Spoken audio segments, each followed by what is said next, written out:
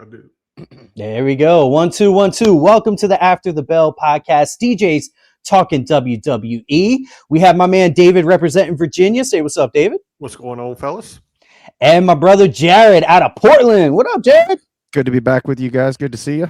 Yes, sir. Yes, sir. So, Jared, this is actually your first appearance because we did the Ghost Show before. So, welcome in, everybody. So, I kind of introduced David on the first Monday Night Raw show. So, Jared, how long have you been watching WWE, all that kind of good stuff? What pulled you in? Oh, gosh. I go back a couple decades. My dad was the one that got me into it in the early 90s, probably when I was like 4 or 5 years old, if I can remember that far back. And he was the biggest like Jake the Snake dude. He loved the snake. And he would always we go out and he'd take me to motocross races, and so it's like a Slim Jim from a Macho Man and everything like that. So he got me back into the early days. Yeah. Love it, man. Love it. So we're here. We're all DJs, like I said. So the reason we're kind of recording this here on a Saturday is because we're DJs and we do work on Fridays. So it's a little bit more difficult for us. So you'll always get a new show as close to the actual air date as possible is what we're going to be doing with it. So let's go ahead and talk about SmackDown from last night. A couple key takeaways, and then we'll kind of break everything down. So first and foremost, Drew tried to rig the main event, which we'll talk about. Cody still survived it, but we'll talk about that. And then, we had a big storyline kind of go on with Carmelo and a whole 10 tag team man match, which is crazy. But let's start it out top of the show. Tiffany Time comes out to kind of assert her dominance. And you guys know how much I love my Tiffany Time voice. So I'm glad she didn't talk for too long before she got interrupted by Nia Jax and Lash Legend, which led right into the tag team match of Rhea Ripley, Io Sky versus Lash Legend and Nia Jax. So what did you guys think of the whole contest? I mean, we kind of had a weird stoppage because the match was kind of going, and then I think it was Nia set up the table, right? Outside of the ring. And then Io Sky kind of flew over it, but they kind of missed it. So it was only half the table. I'm not going to lie. I don't know about you guys. I know, David, we didn't even really talk about this last night. I kind of thought Nia Jax might've been hurt. Cause she was laid out. She was doing a good job of acting if she's not hurt, but she was kind of laid out after Io Sky kind of did that flip. And then shortly after that, the ref just calls it. What were your thoughts on the match itself? And then did the stoppage kind of kill the momentum? What were you guys kind of thinking? Jared, I'll start with you. I have mixed feelings about this because, you get these stoppages and it's just why? That's a big question. That was my point. Yeah. It's just randomly. I'm how many times over the years have we seen somebody go through the barricade, through the small little partition wall right there? Multiple times, dozens of times. I want to say even 2 other times later in the show, we saw that. Exactly. And it's I can understand if there was a stoppage, but knowing the product like I do, there was never one time that a referee did this to be able to signify a medical issue and a real stoppage. So yes, it is a play. Yes, it's probably for the storyline and everything like that to be able to set something up, but it would have been nice to have a little bit of context as to why, because I think even Barrett and Michael Cole were, kind of confused on that. Yeah, they seem confused too. Yeah, yeah. So with it moving to 3 hours, I appreciate them trying to throw in a little bit of Tiffy time in there. I feel like that could have been elongated a little bit, why is she going to the back right after that? Why can't she stay out? Whatever happened to some of these folks, some of these wrestlers jumping in ringside or jumping in and being a color commentator, during a match, we haven't had that in a long time. Let's get some extra analysis, get some extra TV time with some of them. Yeah. I remember, I think it was Street Profits was the last that I can remember kind of doing commentary alongside, and that was months ago. So yeah, you're right. It's been a while. David, what did you think? You think the stoppage was kind of weird, or what you kind of think? And I'm like Jared. Definitely, you can tell it makes, if it was Vince running the things, it seems like an old Vince move back in the day. He just gets pissed at the match and just says, "Fuck it, cut it off." I didn't consider that angle, but yeah, maybe. But you know what? I don't know about you guys. I kind of felt like the match was going okay. I mean, I was entertained by it. I was like, literally, it was a big, Io Sky jumping over the ring, Nia Jax through the table when they stopped it. They're like, oh, that was like, I thought the ref was just like, that was awesome. Let's stop the match. I'd probably put it as one of the better matches of the night. Yeah, and I would too. The ref was in the ring. Yes, he was in the ring. He was in the ring when he called it. So yeah, that was kind of a weird kind of end to it.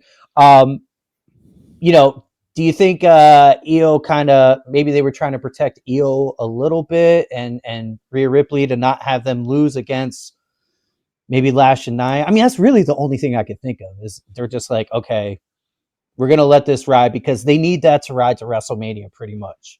I mean, I could see a no contest, but just how. Yeah, I'm like you. Tess and Barrett didn't even know what to do. Yeah, the finish was definitely weird, and kind of jumping back to Jared's point about it being 3 hours now. As I was kind of taking notes for the show, you could kind of tell the real filler stuff, and what I mean by that is like the Cody promo backstage where he's just basically like, "Yeah, I'm doing a triple threat. That's what's going on tonight," and it's like 5 minutes of just him talking shit, basically, and then they do the same thing with Jacob, and then we had the Sami segment with Drew, which actually had a little context that that was fine, but it's just these kind of pointless backstage segments where just like we got to kill 10 minutes.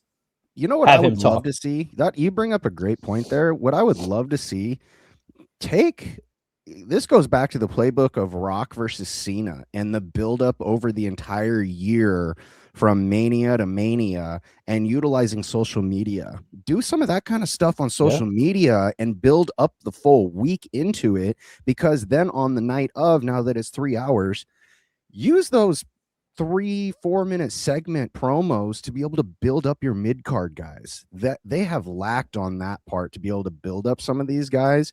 Like they're giving I know we're going to chat about this here in a little bit, but they're giving a great opportunity, I feel like, to Trick to be able to utilize his mouth and what he does well there. Bring some of these other guys up and help them develop even more that way.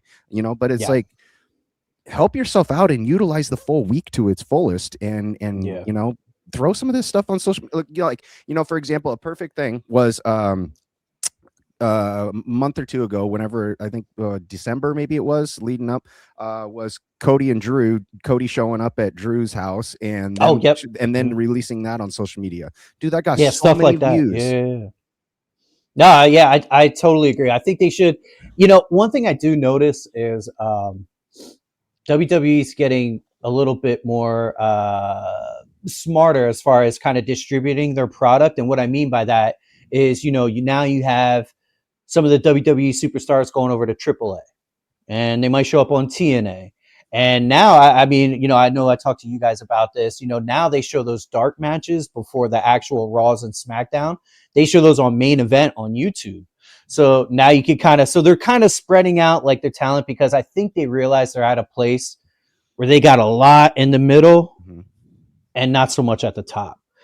So they're just trying to kind of like, okay. And to your point, maybe some of those mid guys can get up top. They just need that little push there. So I totally agree with that. What you're referring to, sorry to cut you off. No, what good, you're good, referring to is, you kind of being a little bit newer to the scene. And this is something where I'd love to go back and talk and kind of like review a bunch of the stuff in the past, but I know David will know this, but all those dark matches and stuff that they're showing on YouTube, that used to be Sunday Night Heat. I don't even know about that. Sunday Night Heat was, David, what was that? Was that Oxygen Network? No, USA. It was USA too. Was it USA? Yeah. Or they used to have Sunday Night Heat. They did a Super Bowl halftime one year. That's right. Oh, really? Yeah, no, that's crazy. Wasn't it Rock Mankind with the arena for the empty? title? Yeah. For a halftime of a Super Bowl? Halftime of Super Bowl, Rock Mankind, man, that would empty arena, awesome. no disqualifier, no disqualifications. I remember what year. Dude, that's crazy. I had no idea about that. That's nuts. So, just if this is your first episode watching, I've only really been watching WWE the last 2.5 years, so I'm kind of fresh. So when Jared and David are vets, so I lean on them for all that stuff. So yeah, I had no idea about that. That sounds awesome, though. I definitely wouldn't mind seeing that again. But yeah, so after our tag team match with the no contest or ref throwing up his hands. Just look at it. Yeah, go ahead. Yeah, what was it? 99. 99. So not even that long ago. I mean, well, I guess that is about 26 years ago now. So goddamn, time flies. All right. So next up we had Melo backstage talking to Cardona and Apollo a little bit, and they're all friendly and they're like, hey man, we definitely want that shot. And Melo's like, I got you, just not tonight. Kind of promised Ilya. So and they're like, all right, cool, no problem. Of course, he turns. There's the Miz, his ultimate enemy right now, and the Miz to me right now is just the he's that guy that just bitches all the time. It's just like, it should have been me. It should have been me. Like it reminds me of all our DJ friends that don't get gigs and they go, it's because of the price, and it's just like, you're just making excuses. Like, so how we feeling about Miz? How we feeling about Miz kind of at this point? I mean, that's been his character for the most part. Yeah. I mean, side note, if you hadn't listened to his interview with Undertaker, 6 Feet Under. What did he say? I didn't see that. Just overall, very good. Definitely, it's worth checking out. Oh, okay. All right. Awesome.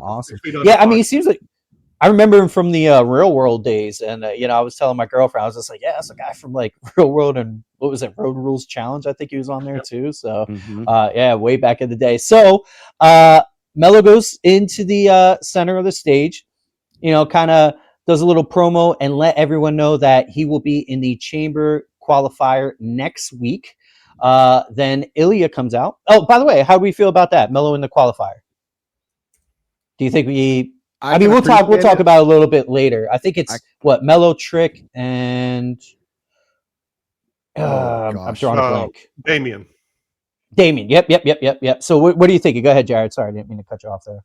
Damien gets through. I think it's a great match. Honestly, to tell you the truth, I think they want to push Melo and Ilya to a chamber match, but not in the chamber, but just a US title match at that premium live event, because those two have just put on so many good matches already. And I think that is going to be another one, because that would be the third one in the series in the last that would be third. Because the last one got interfered in. Yep. Well, and tonight Ilya comes out, and then before they can even wrestle, MFT's music hits, which we're DJs. Let's talk about music. MFT's music as Solo's music might be one of my favorites. Like right after Cult of Personality, I just love the taking it all, like when that fire hits, and it's just, man, when you hear that, I love it. You don't like it, Jared? I love it. No, I do like it. Oh, okay. The funny thing is, go ahead, David. Y'all play college football 26 any? I don't. There's some song, like there's a theme, like in the game they have like in-game music and stuff like that. Yeah. There's a beat and that sounds just like it. Well, what were you gonna say, Jared, about the music? Just it's okay. Music's good. Yeah. If we're talking like the entrance, that is, I appreciate almost slightly more with the music. And it's funny because it's the Samoan dynasty anyway, but it's Jacob Fatu. Yeah, he's another one too. Yeah. When that fire hits and fire so well on the beat that I can appreciate it so much. Yeah.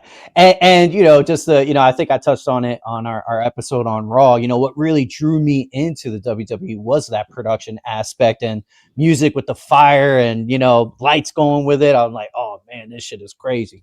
So that's what really brought me into it. But backing up a little bit. So, Melo, Ilya comes out, gets interrupted by the MFTs. They're basically saying, hey, I want that title. Of course, MFTs jump into the ring. Chaos ensues. Then we have Apollo and Matt Cardona come out to help out Carmelo and Ilya. And then Shinsuke comes out by himself also to help them out. And Nick Aldis then comes out and says, hey, you know what, guys? Let's do a 10-team tag match, which me as a newer wrestling fan, I've never seen that many before. The most I've seen at that point, I think, was 4-on-4. So that was kind of cool. I was kind of excited about it. The match itself, end up Melo getting pinned. What do you guys think? Did Melo getting pinned hurt his momentum at all? How you kind of feeling about Melo right now? Anything that in the match that really stood out? David, I'll open up to you first. I was surprised that it wasn't Solo that pinned him. It was it was Tama. Yeah, it was Tama. Yep. So, especially when Solo is the one making the play for the U.S. title. So yeah, but Tama's I been got a trying. I got a feeling that Mania is going to be some kind of ladder match for the U.S. title. Yeah, that's a good point. But remember, David, over the last probably month or so, 4 to 6 weeks, Tama's been doing those small promos of hinting at the U.S. title for some time. But obviously Solo has as well. But I feel like Solo's in that middle ground, just kind of like nowhere, no man's land right now. Of like, are you gonna go for a higher title? Are you just gonna be the leader of the MFTs? Are you gonna stay in the U.S. title picture? Like, what direction are you going? Solo. Go ahead, David. Go ahead. Where they planted that little nugget about Solo's match last week, the MFTs abandoned him. Right. They did. And by the way, Solo, one of the funniest guys on the show, I think is very, very, very underrated. Carmelo Hayes is just like, well, I was coming to get one title, but I might as well get two. And Solo does this, I was coming to get one title. Shut the hell up. Like, he just cracks me up every time, man. I don't know if you guys saw that clip. It was actually at a show I was at in Hershey. Some girl was like yelling at him as he's like walking down. And she was just like, what are you looking at? And he goes, your fucked up makeup. Like, I was like, yo, this dude is crazy. They could have used him so much more when it was the tribal bloodline chief stuff. And the bloodline and everything like that. But so that's kind of my question to you guys. So Solo is actually one of those guys, Jared, that you talk about on the mid card that I kind of feel can be elevated. Like, I feel like he has room to elevate should they give him the push. Now, my question to you guys, do you think the MFTs are holding him back from that? Because I kind of feel like they are, because right now, I don't know about you guys, I feel like the MFT thing just isn't really working. What are your thoughts? Anybody? There's not enough they need to develop more groups, because if you think about it and lay everything out, the only group similar to them is the Wyatt Sicks. Otherwise, it's like, what other storylines are you going to develop? You're going to have, the MFTs versus just tag teams. So then it's an automatic, 4 or 5 on 2 every dang time. Where do you develop those storylines and develop the characters of the guys? That's why I was saying it's a no man's land right now. And the thing about the Wyatt Sicks too, Jared, if you really think about it, yes, they're presented as a group, but it's really just 2 guys that really wrestle. Like Uncle Howdy and Nikki Cross.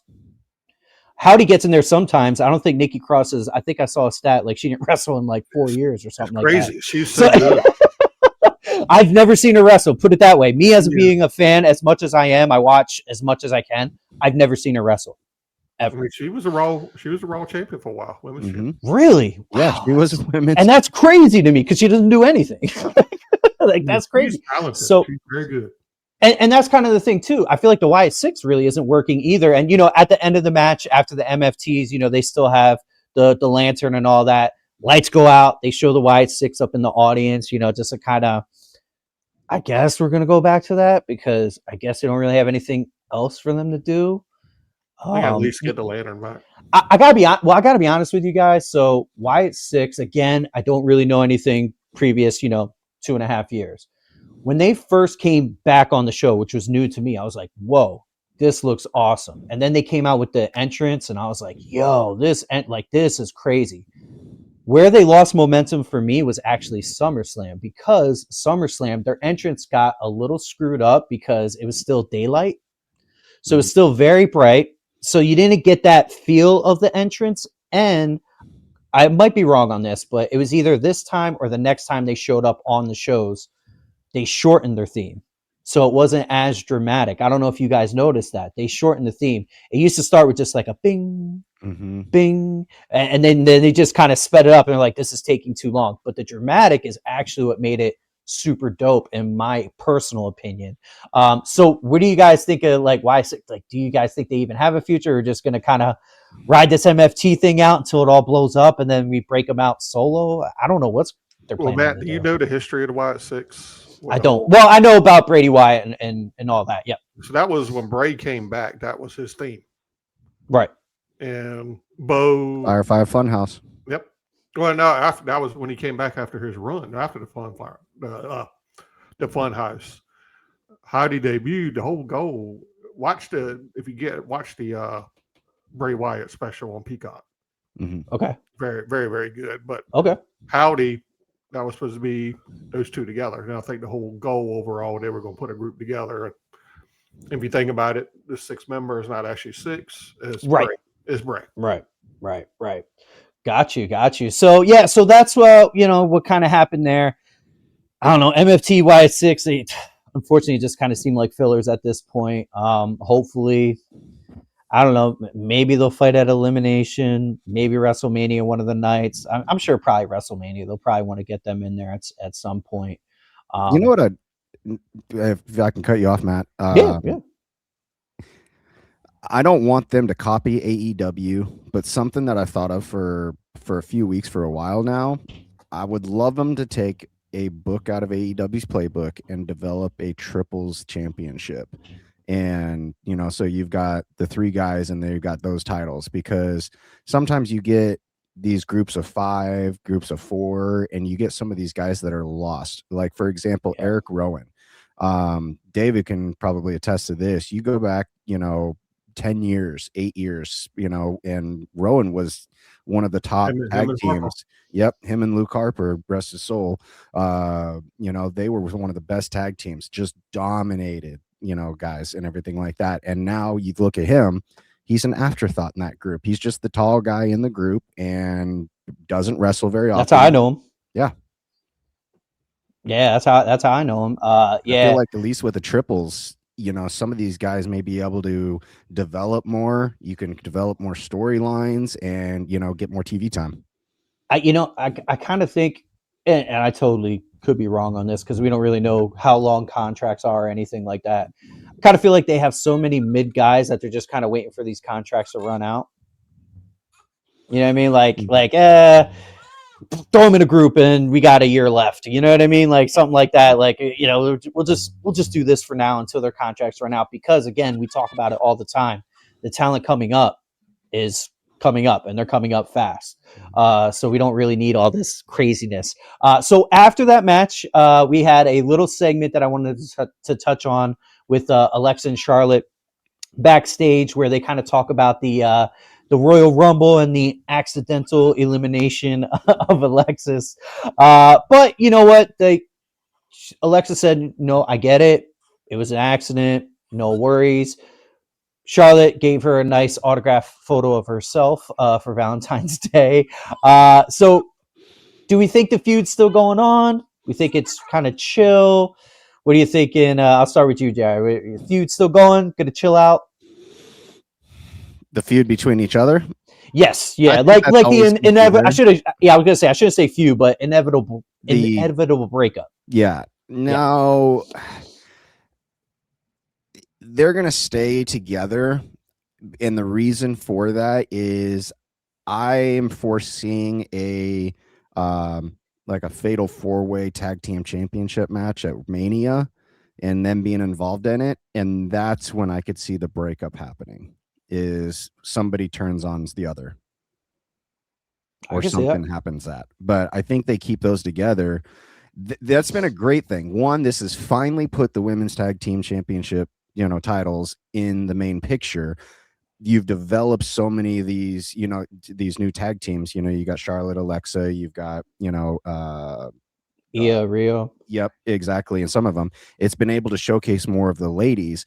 Yeah. But the downfall is, and I know we're going to talk about this, but it's been the downfall to the actual women's championship, is you haven't had those main card competitors available for that because they've been on the tag team side of things. So maybe, hopefully, the writers are realizing this and they're gonna, do something about that.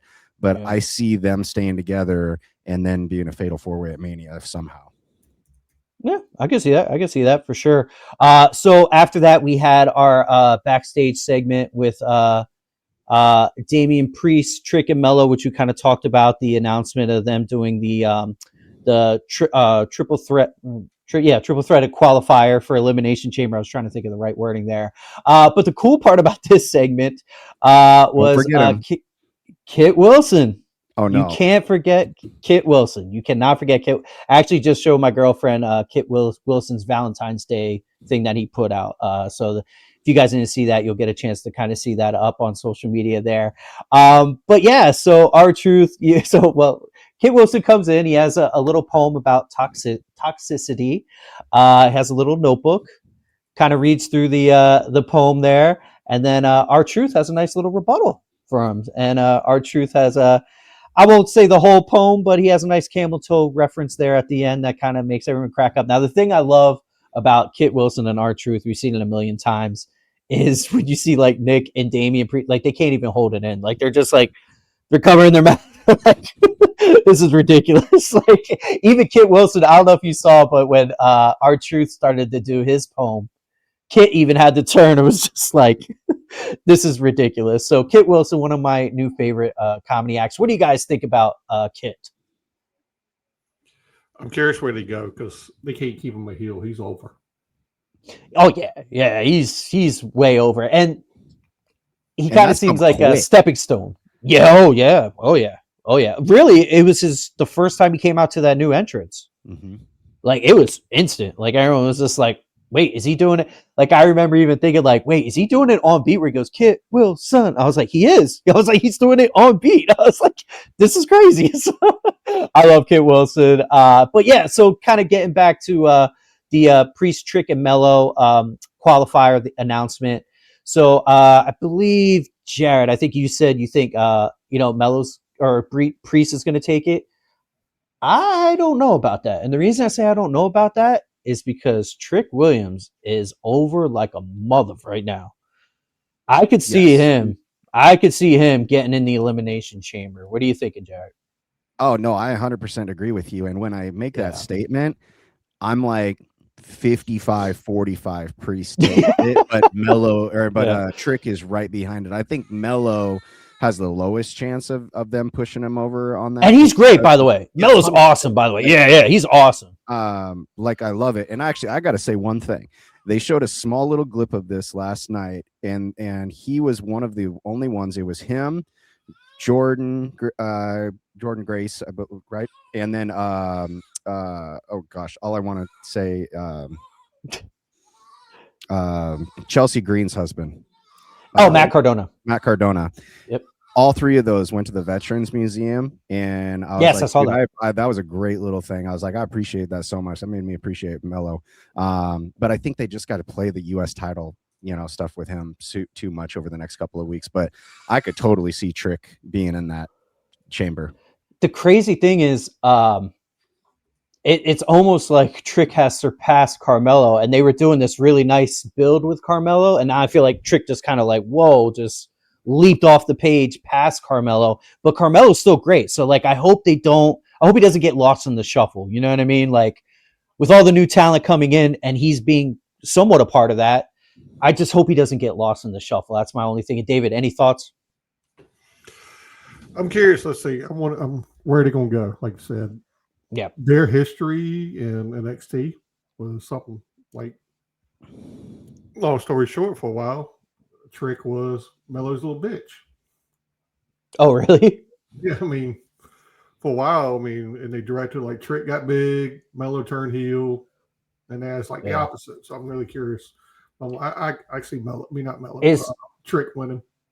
Is next week a must win for Mello? Because like, what if he loses the title to Ilya? No, the title's not next week. He's just in triple threat. Oh, that's right. Oh, yeah. I'm thinking the open challenge thing, but yeah, that's right. Yeah, he'll be in the triple threat, so that won't even matter. So with that said, though, I mean, he probably needs to win more than either of them, but I don't think he's going to win. I don't think he has a shot. I think it's definitely going to be Trick or Damian. If I had to bet, I'd probably be opposite of you, Jared. I'd probably be 55 Trick, 45 Damian. But it's close. It's close, man. It's going to be good. It's going to be good. So after that match, we had our women's chamber qualifier.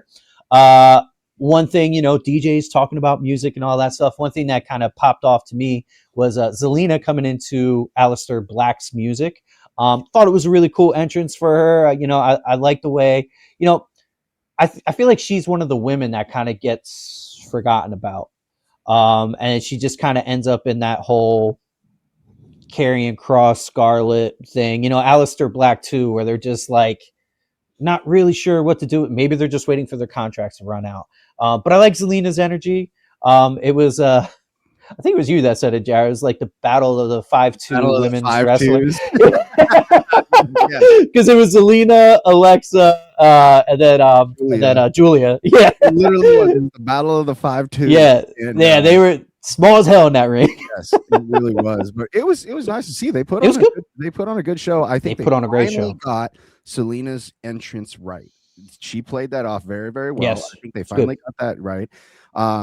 It really sucks, to be honest with you, because they are just boosting this up on the Karrion Kross play and character and everything like that, and that sucked because he was just getting over. And honestly, I liked him. I liked Karrion, and I don't understand that one. The crazy part about that whole situation, I actually saw his last match in WWE. You know when that was? At SummerSlam. Yes, it was a huge show. Mm-hmm. That was his last match. How over was he with the crowd? Because on TV it sounded like it. So they were over, but I'll tell you what stood out even more. Leaving the arena, they have the post show out in the parking lot, and I believe Triple H was being interviewed, and they were chanting his name very loudly. And this was before they kind of let him go, but the rumors were kind of already there that they might be letting him go. I will say, to WWE's credit, I know you're a fan, Jared, and I have nothing against him, but since he's left, I haven't heard a whole lot. There hasn't been a ton of buzz. I think he's just been doing some indie shows for what I've kind of seen on social media, but it wasn't like, I don't even know how to say this guy's name, the Tama, when he went over to AEW a few weeks ago and won the title. Tommaso Ciampa. Tommaso, that's how you say it. Yeah, and now he lost it, but my point was, when he went over, like when he left, boom, he's like, all right, he's making lots of noise. When Kross left, I haven't really heard too much. I'm curious if there was differences in the contracts and non-compete and stuff like that, because I know each one of them is set up differently. That is true. I'm curious because I have seen that Karrion has just been doing some indie stuff, and I think he won a title. I think I saw a couple weeks ago or something like that. Oh, did he? Okay. I must have missed that. Some sort of independent title, whatever like that. But, it could be another play, such as like they did with Cody. Go down, develop your character a little bit more, go win yourself over with some of the smaller fans, and then come back. That's kind of the tough part, right? Because if you're already on the WWE main roster, you don't want to go to NXT. Mm-hmm. So I think that's also why they have the AAA deals and the TNA deals, because it's just like, all right, go develop some stuff over here. I'd like to see the TNA thing utilized a little bit more. Yeah. Especially like with guys like Leon Slater over there. Like I want to see that guy more for sure. I think their relationship is more of like NXT. Yes. Yeah. No, I agree. Yeah, they're definitely thought of as a developmental brand, for sure. So all right, after that, we kind of talked about him a little bit. Trick Willie comes out, whoop that Trick, and as soon as that music hits, man, I've seen it in person already, and I mean, when that music hits, man, it is great. Like, it reminds me of just starting to watch WWE again about 2.5 years ago with the Uso entrance. When that Uso entrance hit, woo! And that's what it is with Trick right now. And Trick ends up having a match with one of my favorites, actually, Rey Fenix. Like, he's awesome in the ring. Like, I'm a big fan of Rey Fenix. He's another one of those mid-card guys that I kind of feel gets lost in the shuffle sometimes. But anytime he performs, he's amazing, man. Mm-hmm. So I love him. Of course, Trick will do his talking before the match gets going. So he did all his talking. I think we kind of already touched on it, but the question I had down here was, do you guys feel like Trick is main event ready? So let's just say, Trick wins Elimination Chamber. He's going to go against Drew. Do you think they would put him over this quick? No. Nah. No, he's just so on fire. It's Oba. Yeah. I think Trick is right there. Yeah. But just knowing the history, they won't push him this quick.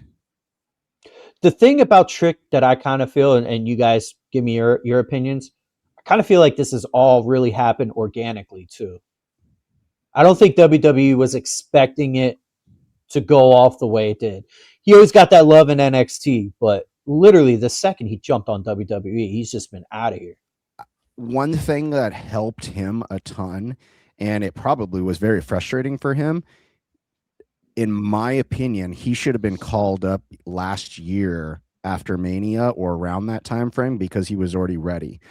But I believe another year down there helped his character develop and helped him even go over more with the fans. So the transition up was even that much more organic, like you mentioned. Yeah, because he's got the catchphrases and all that. He got that heel run, just to, like you said, develop that character. But I don't see him being a heel much longer. No, I agree with that. No, they don't have much of a choice. He's super over right now. But you know what though? Now that I kind of think about it, David, with his, I don't think they addressed it yet though. I was gonna say with his girlfriend being Lash Legend, now fiance, I saw he proposed to her. With her being such a heel, maybe they do try to keep him heelish for a little while to maybe try to tie in some of that stuff. I don't know. I guess the question I got for you, David, I got a question for you is, even though he is over, why can't he stay a heel? And fans are cheering for him. So, but I will say this: they're not going to go against the grain too much. But you know what though? Fans are kind of getting on Drew's good side. So Drew's a bad guy, but fans are cheering him. I'm there in the arenas when Drew comes out, he gets cheered. It's not like Gunther. Gunther is totally opposite. When he comes out, he's loudly booed. You know he's a heel, no question. Drew is kind of one of those things where it's just like Drew's heel turn is he tells the truth, right? So like he might talk shit, but it's his truth. Trick, you can almost say the same thing. He took a jab at Sami wearing Skechers, which I thought was hilarious. But I'm really loving the Trick Williams direction and all that stuff. Now, the moment everyone's been waiting for at the show: Jade versus Jordynne. We were waiting because Jared is a super Jade Cargill fan, so. So Jade and Jordynne, they have their match. So that was a good match. Jade ends up retaining a little bit, but before actually the match gets going, I don't want to forget this. We had a little interruption from the Judgment Day. Dom wanted to have a Valentine's date with Liv. Raquel was there too as a third wheel. I don't know why she was out there, but she was out there as a third wheel. So yeah, Dom set up a little date with a nice little table, some chicken nuggets, a bottle of Dom Perignon with Dom's face on it. So thought that was a little clever. My only question though is like, I don't know if WWE regretted that at the top. And the reason I say that is because as soon as the match started, the whole crowd was chanting Dirty Dom. Meanwhile, Jade and Jordynne are going at it and they're like, Dirty Dom, Dirty Dom. I was like, maybe WWE's like, shit. Maybe we shouldn't have done this here, like, because we want to keep focus on the women's title. Like, you know, they're going after the title. So we had Jade win. She won cleanly, and then goes over to Liv and says, "If you pick me, I'm that bitch." You know, and she always goes through that whole thing. But Jared, I know you're not a huge fan of Jade because she hasn't, you know, defended the title as much. But I was actually thinking about this. Do you think Jordynne Grace was actually called up because she's really the only body type in the women's division that kind of matches Jade as far as the super muscular woman? I feel like that's like maybe a part of the reason they brought Jordynne up, because other than like they're not going to have Jade and Tiffy just keep going back and forth, back and forth, back and forth. So I feel like they brought Jordynne up like, okay, here's a girl that can kind of help with this. What are your thoughts, Jared? I know you're very opinionated on Jade, so hit me with it, brother. Hit me with it. It's not like I just dislike or hate her, Right. I want to like her. Like when she first appeared, I loved her entrance. Great. You like the softcore porn music entrance? Oh my god! Every time I hear that, I'm like, what is this? Like, I don't know about the music, but I was the enhancements, the effects, the lasers. Yes, it looks good. That looked good and stuff like that. There's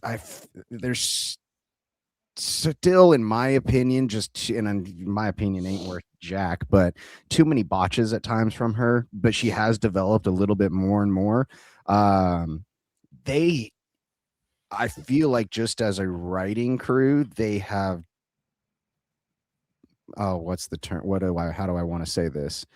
They failed her, to be honest with you. And I feel like that's why she hasn't gone over, because they have just put, I'm sorry, but you don't just go straight into a feud with Michin. You don't go with a couple of these ladies. With B-Fab and a couple of these ladies you have, because you're going straight from Tiffy at Survivor Series and then all the way just immediately. And it's like, I'm sorry, you don't need her character just to get over and be this dominant girl. She already kind of has been in a sense, but there's just been, they've put so much more energy into the tag team division, like I was talking about, and developing that side of things, that it's just like, okay, here's just a little bit extra. And I feel like that's where they didn't think of more of the, mid to long term, at least 3 to 6 month range on what that was going to look like. Is just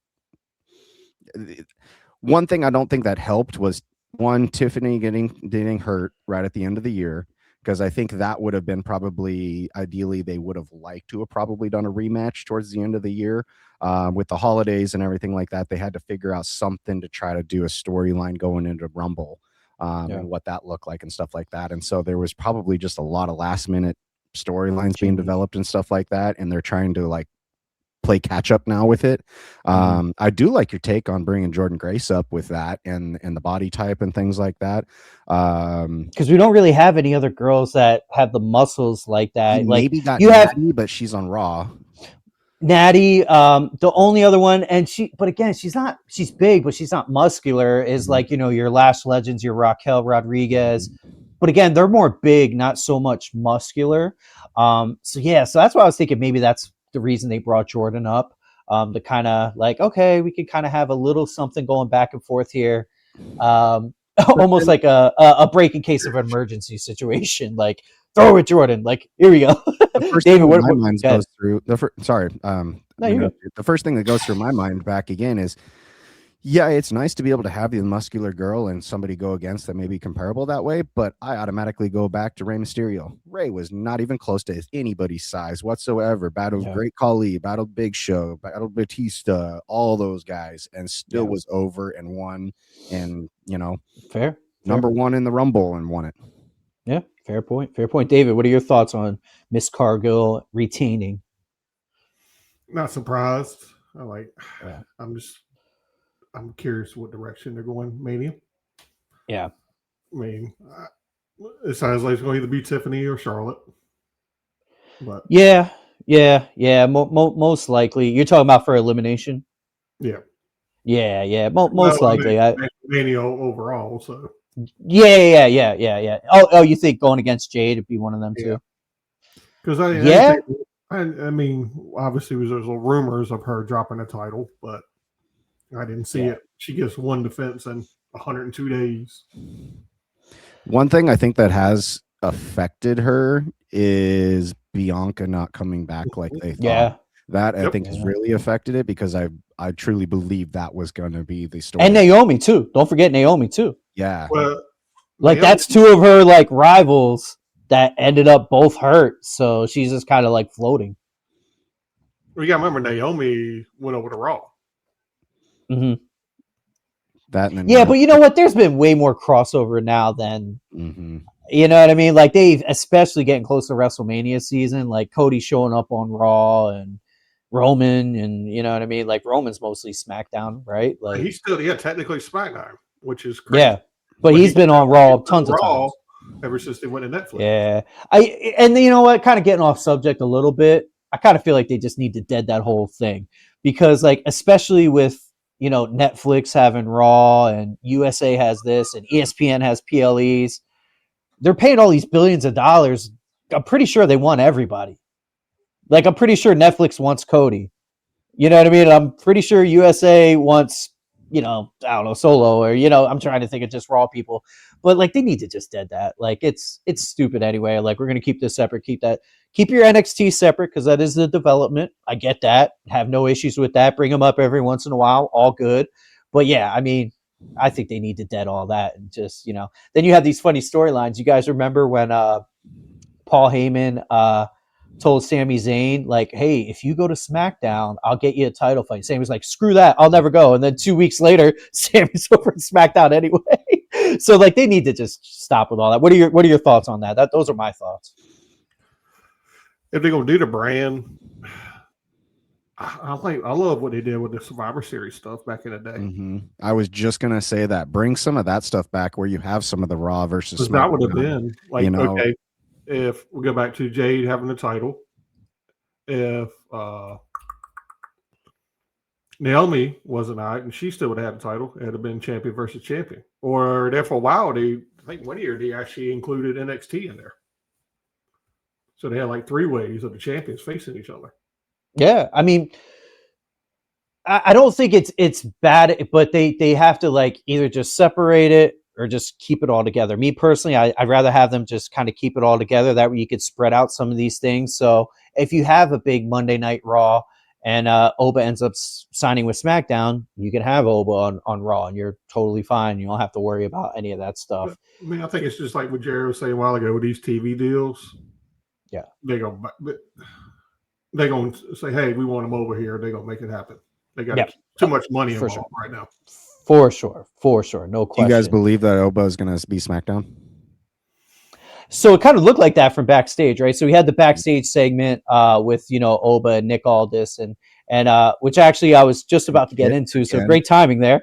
So before that, though, we actually had another cool cinematic Oba presentation. And by the way, WWE's been killing it with these cinematic promos. Like, they've been looking really awesome. Like, even the ones that they've been doing for the NXT stars have been, like, crushing. Like, they're done really well. I don't know who does those, but big ups to them. So Oba got the SmackDown contract offer. He didn't accept. Looked like he was going to accept before Kit Wilson interrupts him. Our second Kit Wilson appearance. I guess they figured, well, if we're not going to do the entrance, we'll at least have him do a couple backstage segments. So Kit Wilson comes out, does another poem about toxicity, masculine toxicity, and basically talks his way into another Oba Femi match next Friday. I don't know how I feel about this because I love Oba, I love Kit, but it's just like, what is this? Oba just going to kill him again in 2 minutes? Like, but what's the point? What's the point of that? Like, we just saw that last week. It's WWE's track record is they bring somebody up like that is just dominant, and then just throw them the smallest guys on the roster for a few. Which is fine. But we've already seen this with Kit. Mm-hmm. But like, let him destroy someone else. It won't technically a match if you think about it, though. What do you mean? Him and Kit was not a match. No, it never. The bell never rang. Yeah. Oh! You're talking about last week. Yeah. Okay. Yep. Yeah. Actually, you're right. That is fair. Yeah. Oba just came out and just fucked him up. So I love it. I mean, I'll watch it. I'll be excited to see Kit Wilson's entrance and Oba. I mean, Oba has a great freaking entrance too, man.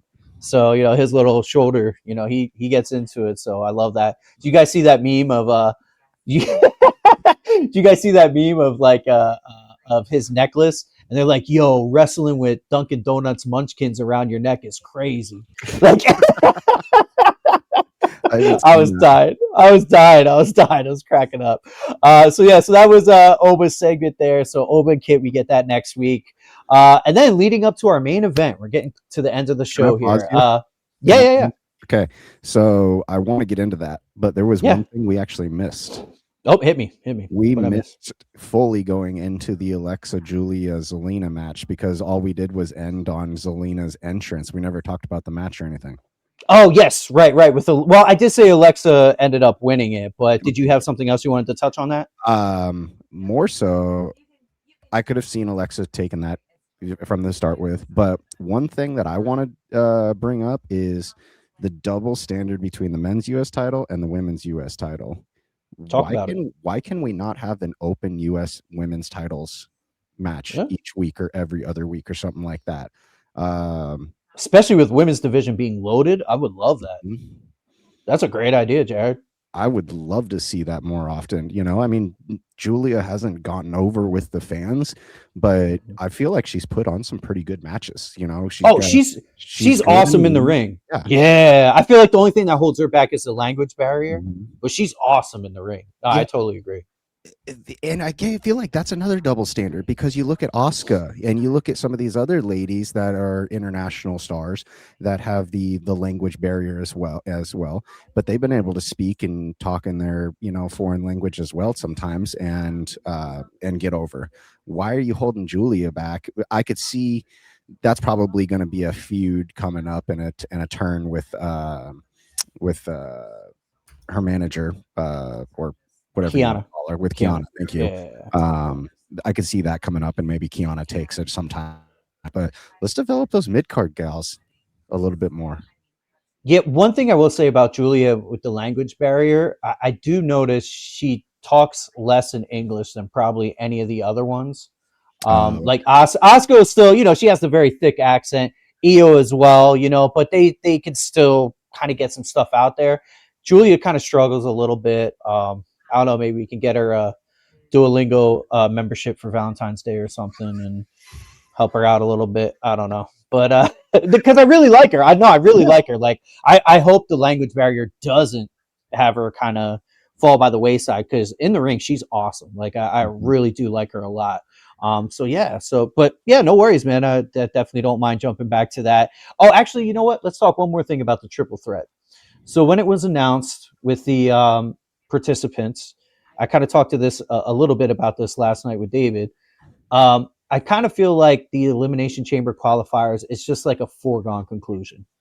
So when you see the lineup, I'm like, yeah, she's easily going to win this in the Elimination Chamber. There's no chance. And we're about to talk about the men's, and with even the men's, I'm like, yeah, Cody's going to win this. Now, I did think Jacob had a shot. But they just seem to be very like chalk. You know what I mean? Like, yep, this person's going to win.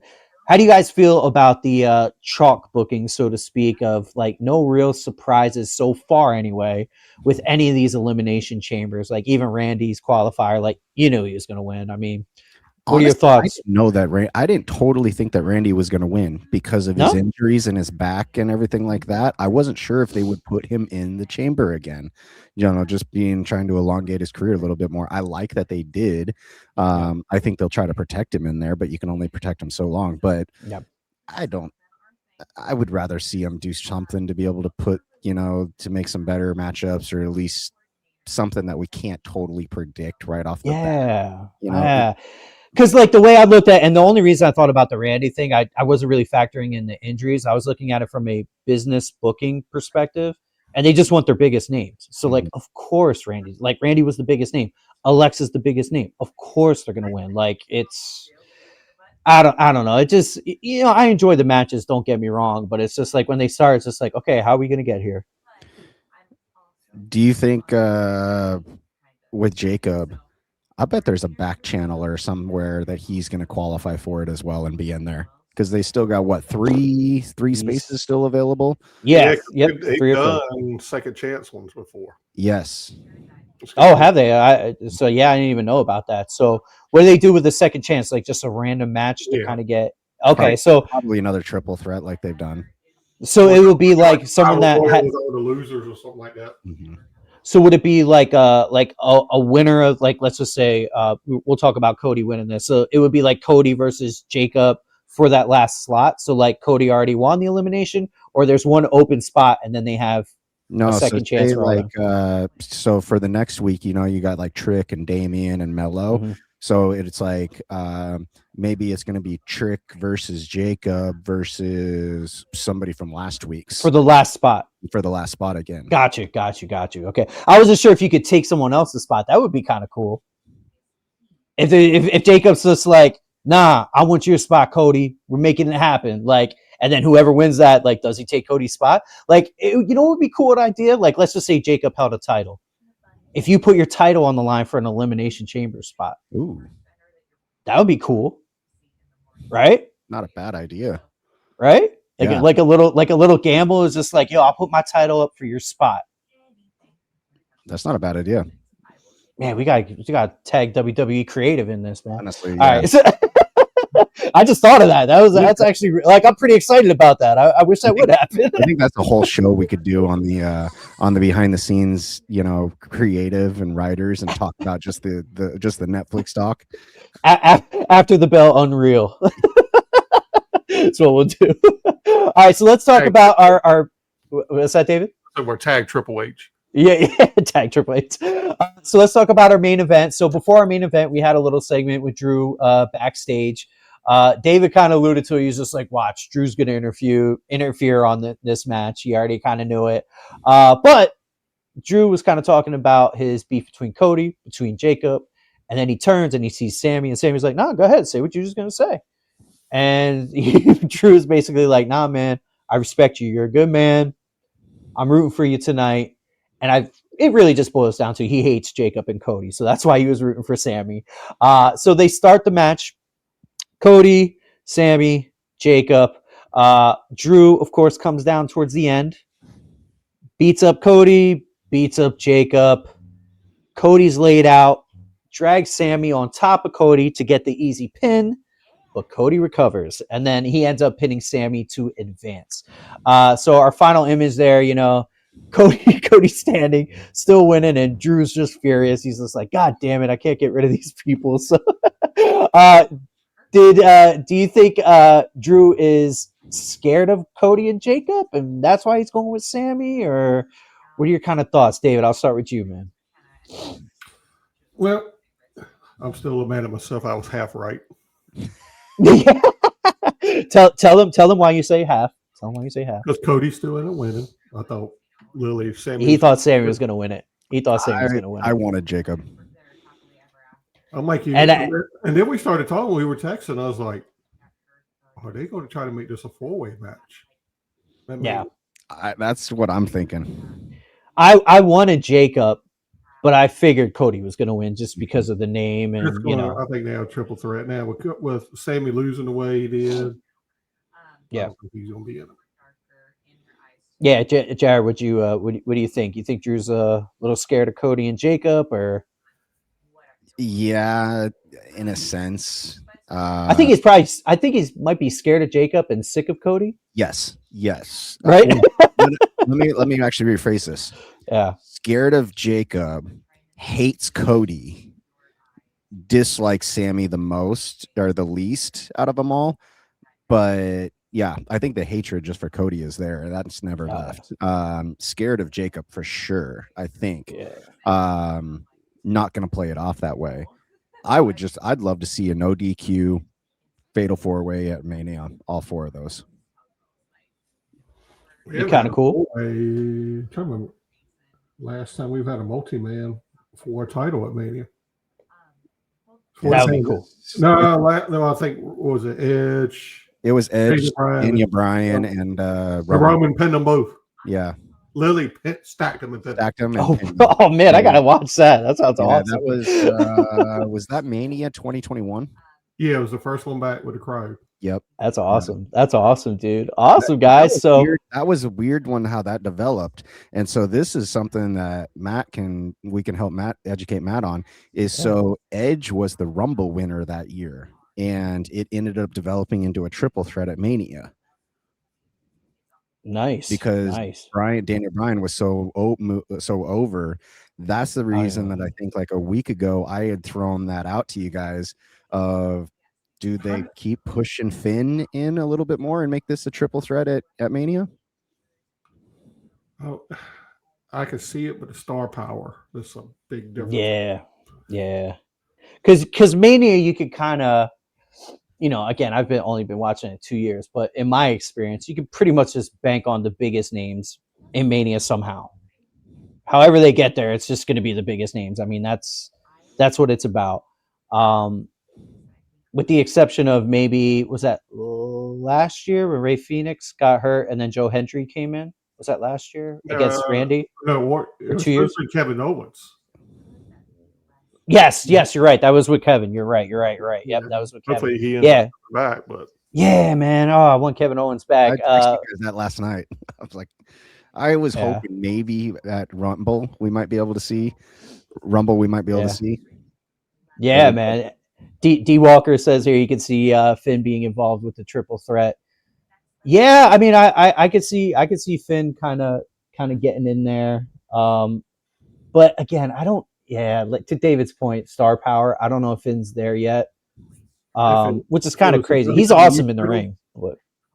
What's that? If it was the WWE title, then yeah. Yeah. Mm-hmm. Fair point. So Cody, does this make him look stronger that he tried to get Drew tried to screw him out of it, and Cody ended up like, nope, I'm going to be in the Elimination Chamber. I'm still coming for you. It kind of feels like it's just going to be, yeah, exactly. That's what I was going to say. Again, just Elimination Chamber kind of feels like it's about to be chalk. Yeah. Okay. By everyone's reaction, you seem to agree with me. So Cody wins, maybe a surprise, somebody coming back, somebody interfering. Maybe the Masked Man. Who's the Masked Man? Oh man. I saw an interesting take on this the other day, and I know that. All right, let's talk Masked Man. Go ahead, Jared. We've talked about this, but I don't think we've mentioned this: the Masked Man being Bad Bunny. Yeah. So that's a big rumor. Going on. The interesting thing was he took Braun out. So how would that apply to what we think is maybe Logan? Because that they're not going to put Breaker against Bad Bunny. So initially I thought Adam Pearce, and then they had the segment with Pearce when he was out there. So I kind of debunked that. Then I thought maybe Logan's brother, Jake. I thought it might be him. Still might be. It could be. They had some beef over Super Bowl. Yes, with the Bad Bunny thing. Yeah. Yep. Which they also kind of alluded to. Maybe that's why it's Bad Bunny. So one thing about Bad Bunny, I'll say this. From what I saw him wrestle and stuff, did great. And he actually took it really serious. Went to the Performance Center. Actually took time out of his schedule to train and like actually do it right. So with all that said, I don't think it's Bad Bunny because he would have wanted to train before a month now, WrestleMania. Like and his schedule's so crazy. I can't see them. Yeah.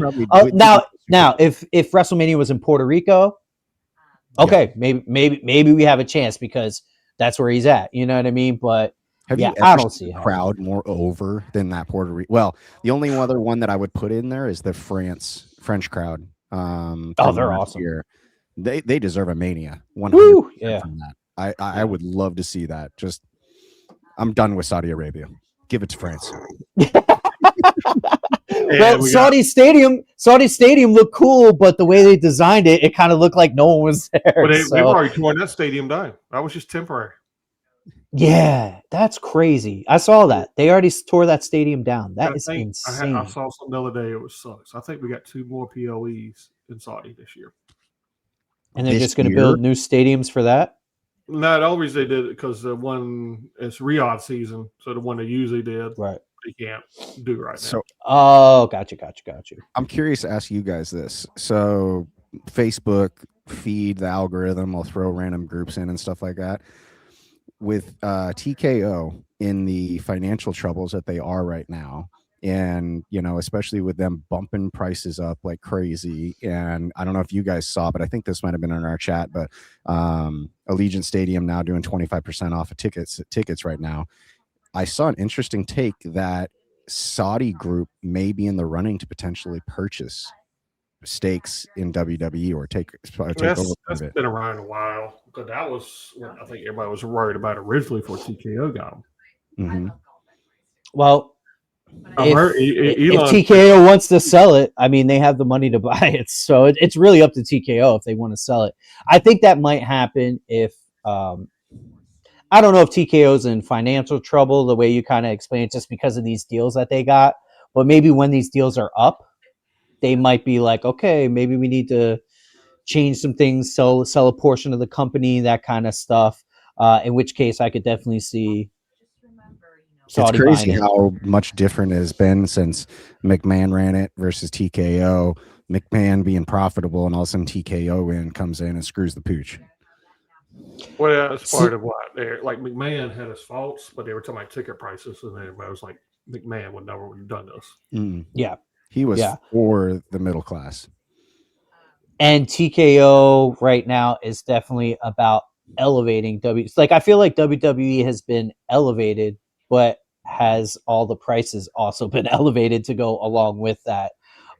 Because I mean, dude, the ESPN deal is huge. You know what I mean? Like the fact that we got wrestling on ESPN. Yes, it's just an app right now, but I could totally see a Mania just being on regular ESPN in the future, because all these channels, kind of getting a little bit off topic, all these channels, they need live sports content, period, because that's the only thing people watch live. Everything else is recorded or Netflixed and, on demand. Like, they want the sports, because if you're watching live, you see the commercials, and they can actually do that.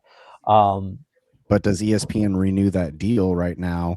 Right now, because they've been losing money. They haven't been happy with that deal since they signed it. Yeah, they definitely have it. D Walker says, do we feel like the TKO has too much input in creative? Jared shaking his head, yes. Explain. 100% yes. They need to stay the hell out of it and let let Papa H run with it. Mm-hmm. Yeah. Well, the thing with from what I hear anyway on the internet, how reliable the internet is. What I hear is, the Saudis are very much about their legacy performers, So there's been rumors, and I'm sure you guys seen it too, about like Stone Cold coming back for one more because the Saudis will give him 15 million or whatever. Next year, like, be a lot of nostalgia. They are offering so much money. What I see, 50+ million The Rock or something like that for coming over. Rock and Roman finally next year. I mean, if you're The Rock, how do you turn that down? It's not. Jesus. He's on the board.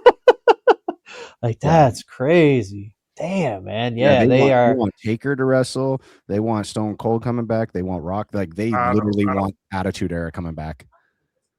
I don't see Taker doing it.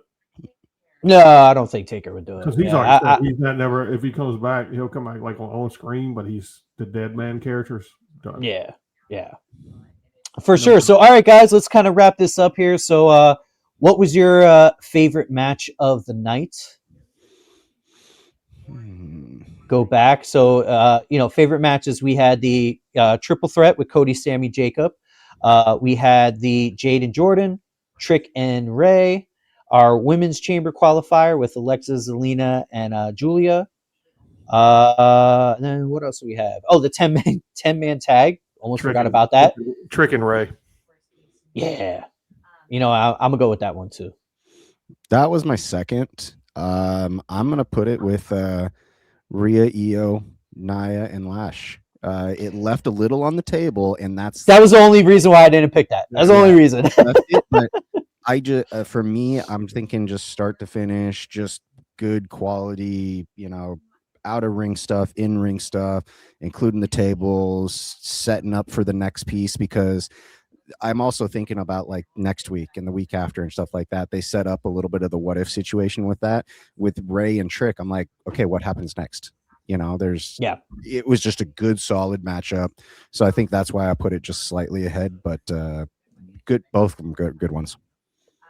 David? Like I said, just the Trick and Ray. I think that was your best one for sure. Yeah. They both left it out there. Like at one point, you got like, oh shit, is Ray gonna do the upset? That's kind of the thing with Trick, is just like, you'll have the guys come out that are like really good on the mic. He's really good on the mic, but it usually takes a little while for them to kind of But once that bell rings, you're like, oh damn, like he's actually putting in some work too. Like he's actually really good. Yeah, Trick is just sorry. That's enough man crushing over Trick. Over Trick Williams here. So for Monday Night Raw coming up, let me see what our producer assistant, Mr. Chat GPT, gives me here. Hopefully this is accurate. Oh yeah, I do believe this is true. So we have the men's elimination chamber qualifier. Gunther, Javon, and Dominic That's Mysterio. Right. Yes. What do you guys think about that? Now, chalk wise, Gunther wins this. What are you thinking, David? Gunther's not going to be the title picture. I see. He's going to be in the elimination chamber, though. I don't see it. You don't think so? So who do you think? Who you got? Well, who's he retiring? I think they'll have him wrestle more than just retirement matches, but yeah, I understand your point. So who you got, David? Who you got? Ooh, I just thought about it. I see Dragon Lee coming back and screwing Gunther. Ooh, I like it. Now I can see Dom with the upset. Yeah, so I think, and you guys already know how I feel about Javon Evans. A little too early for him right now. But I could totally see Dom taking it. And I also see Dom and Javon in the ring is going to be fun, man. Mm-hmm. Gunther's really the outcast. If you really think about it in this triple threat, like he's the one that kind of doesn't fit. Yeah, I remember Dom and Javon and Gunther been in the ring in the Cena tournament. That first. Oh, yeah. Wait. Gunther's first match back? Yeah. Oh, wow. Yeah, you're right. Oh, wow. I forgot about that. Yeah. That's going to be awesome. Go ahead. Javon hung with him. Go ahead, David. No, I was saying Javon hung with him. Yeah, absolutely. Yeah, absolutely. They got to do Dom. I know he's been injured, but I will be shocked if Gunther doesn't win this, and I hope I am shocked, but I believe that he'll be in there. Javon, oh my gosh, last Monday that move off the ropes was just incredible. Holy crap. Mysterio, they've got to get him. Shout out to what's his name, Berto, the other mask guy, right? Berto or something like that. Yeah, because I mean, hey, he was half of that. You know what I mean? Like Javon gets a lot of credit, but man, that was a hell of a move. That reminded me of timing. Yeah, reminded me of the Logan Jelly Roll. No, Ricochet. Ricochet, thank you. Oh, Ricochet. Okay. Royal Rumble a couple of years ago. It was equal to that. But Dom, they got to get Dom back on the Intercontinental title, picture and getting that defended, which is another freaking thing that annoys the hell out of me and bugs the crap out of me. I'm with you. Where they is need to go back these titles every 30 days. Yes. Jade should have been stripped. Dom should have been stripped. And I understand you got the storylines, but come on. Yeah. This is Dom's first match back, right? Yeah. Am I remembering that? Because I don't think he's wrestled since he's been hurt, right? Yeah, this is his first one. Like November. Yeah, he's been out for a while because they were actually setting up. Was Cena's last match? No, he got hurt in something else. No, yeah. He got hurt after the Cena match. Yeah, I think it was right after, though. I think it was like right after. Yeah, I don't think he got hurt in the Cena match. It was right after that. I think it was. I think it was a AAA. Well, I'm thinking about it. Yes, you're right, because I was watching that. Yeah, because they were actually building him up on AAA. So yeah, you're right. You're right. It did happen in AAA is where he got hurt at, which I'm sure TKO was like, damn. But all right, so that is the men's, and then we have the women's elimination qualifier. I know this is correct too. We have Asuka, Bayley, and Natty. This is kind of boring to me. I'll be honest with you. I mean, Asuka's gonna win this. I don't think Bayley or Natty have even a chance. Asuka wins it with interference. You think Kyrie will? Well, yeah. But remember, her and Kyrie are a little. They haven't done anything since the Rumble with them two. Neither one of them have been seen. Well, I mean, damn, dude, the Rumble was just like 2 weeks ago. I mean, it's not. Yeah, but it's not that long ago. But yeah, you're right. No segments or anything. No, you know what? I think they did. I think they did have a segment last week. There was nothing this week though. No, like maybe a backstage. No, I don't remember since.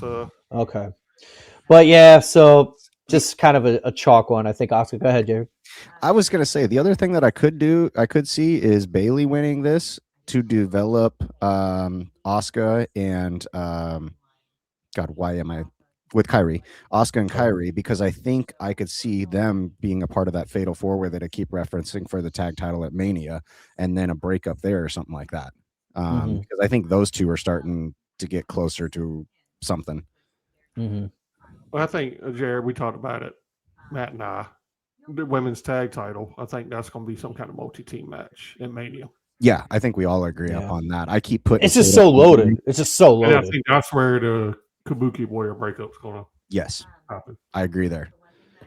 Because Kyrie, of course, fans love her.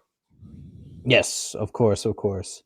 All right, so Monday, those are the qualifier matches we have. Also listed as appearing, we have AJ Lee, CM Punk, Stephanie Vaquer, Rhea Ripley, Becky Lynch, Roman Reigns will actually be making an appearance. So is he? Roman coming out of the shot? I mean, this is what it says. I don't know. It says, it says schedule for the 16th is what it says. So I don't know. It's in Tennessee, so not too far from Florida for him to go. So I don't think he's wrestling. It's just no, but I don't know. I'm saying I don't think he's okay. So maybe not. All right. Well, thanks, ChatGPT, if that's wrong. But you are correct. They're in Memphis, Tennessee, this Monday. So yeah. So we'll look forward to that. We kind of talked about men's qualifier. Gunther, probably being the favorite. Dominic probably getting a shot at that. With the women's, Asuka's probably going to take that as well. Probably get a little promo with AJ talking shit to Becky, and Becky will probably come out, do her Donald Trump impersonation, and we'll keep it moving. So, all right, guys. Well, that's going to do it. After the bell, thank you so much for tuning in. Big shout. Make sure you're following David and Jared. And let me do a little. Nope, you still can't see. I was trying to get Jared's. There you go. It's kind of small, but you can see Jared. Let me make Jared nice. That's not going to work either. I was trying to get Jared's Instagram handle up. So tell him your Instagram handle, Jared, since we can't necessarily see it. No, I appreciate that. It's just PDX like the airport. So PDX DJ Jared. So appreciate it, guys. Thank you guys for tuning in, watching live. We do appreciate it because we just started this and it's just it's fun as hell, man. Hobby, just something we love and we bond over being DJs and stuff like that. So thank you guys.